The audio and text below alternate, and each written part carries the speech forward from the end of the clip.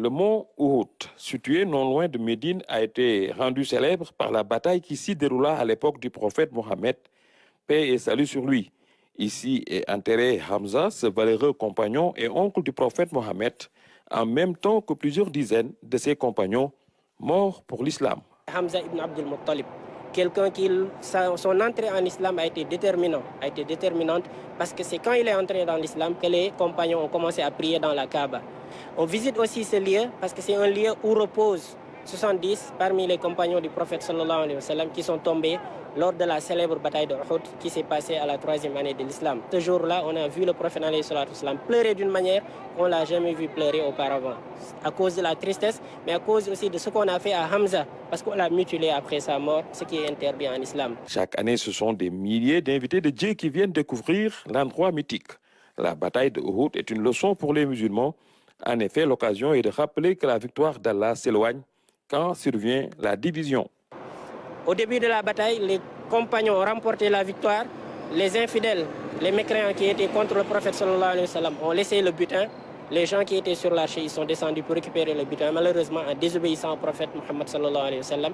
Ce qui fait que les ennemis, une partie des ennemis guettaient cette descente et ils ont contourné la montagne pour attaquer par derrière le prophète Muhammad sallallahu alayhi wa sallam. Les autres qui s'étaient enfuis se sont retournés et le prophète fut encerclé, lui et ses compagnons. À cet endroit, maison d'Allah, le Très-Haut, le Tout-Puissant, a ordonné au prophète de changer de direction pour l'office de la prière, donc de Qibla. Ainsi, le changement de Qibla vers Al-Quds est passé pour la Qibla vers la Mecque. La direction première, c'était Jérusalem. Ils ont commencé la prière en se dirigeant vers Jérusalem. Un parmi les compagnons est venu leur dire « Attention, la direction a changé, les versets sont descendus. » C'est la seule prière qui a été effectuée dans deux directions différentes. C'est pourquoi la mosquée où se situe cet événement-là, on l'a appelé la mosquée des deux directions, Masjidou Qiblatayn. Masjidou Quba aussi, le fait de le visiter, c'est une tradition du prophète Muhammad sallallahu alayhi wa sallam. On raconte que chaque samedi, il se déplaçait, il prenait ses ablutions et marchait jusqu'à Masjidou Quba pour faire 2 rakas dans cette mosquée, qui est la première mosquée qui est bâtie en islam. Il faut savoir aussi que le prophète Muhammad sallallahu alayhi wa sallam a dit que celui qui fait ses ablutions correctement, qui se rend à Quba et qui prie, il aura la récompense d'une umrah.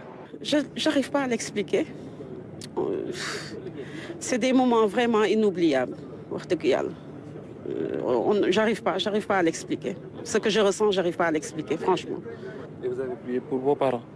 Oui, ma mère, Soham El Wardini, une brave dame. Mon papa aussi, mes enfants, mon mari, tout le monde, tout le Sénégal. Les pèlerins qui ont transité par Médine passent leurs dernières heures dans la ville sainte. Ils sont attendus à la Mecque en fin de semaine.